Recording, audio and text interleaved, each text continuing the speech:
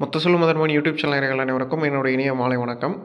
சரியாக மாலை 6 மணி அளவில் இந்த அறிக்கை என்பது பதிவு செய்யப்படுகிறது. தற்போதைய நிலவரப்படி மாலத்தீவு முதல் குமரிக்கடல் இடைப்பட்ட பகுதிகளில் காற்று சுழற்சியும் அதனுடன் இணைந்த கிழக்கு திசை காற்று தமிழகம் ஊடாக வந்து கொண்டிருக்கிறது.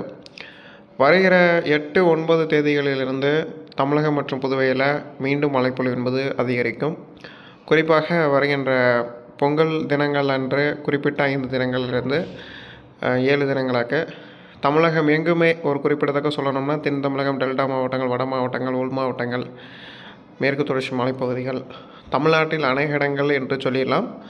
இது பெரிய அளவிற்கு மழையை கொடுக்காவிட்டாலும் விட்டு விட்டு மிதமான மழை, கனமழை விட்டு பெய்யக்கூடிய அளவில் பரவலாக அநேக இடங்களிலும் பதிவாகும். நிலை என்பது சாதாரண நிலையாக, தாழ்வு நிலையாகவோ ஒரு சுழற்சியாகவோ வரதுக்கான வாய்ப்புகளை இலங்கை அருகாமையில் காணப்படுகிறதாக தற்போதைய நிலவரப்படி கணினி சார்ந்த டேட்டாஸோடைய அப்டேட். ஸோ நம்ம ஃப்யூச்சர்ஸில் இதோடைய oceans conditions and SST sea surface டெம்பரேச்சரோடைய கண்டிஷன்ஸ் எப்படி இருக்குன்றதை ரிசர்ச் பண்ணிவிட்டு நம்ம கம்மிங் டேஸஸில் அப்டேட் பண்ணலாம். ஸோ அது வரைக்கும் இப்போயுமே நம்ம இன்றைக்கெல்லாம் அப்டேட் வந்து நான் டுமாரோ தான் பதிவு பண்ணணும்னு நினச்சிருந்தேன்.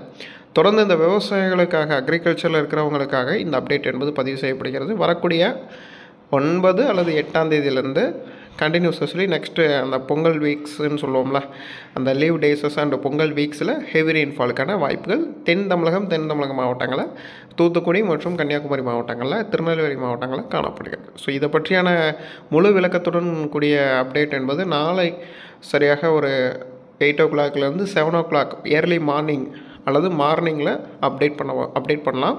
ஸோ தொடர்ந்து இணைந்திருங்கள். நன்றி, வணக்கம்.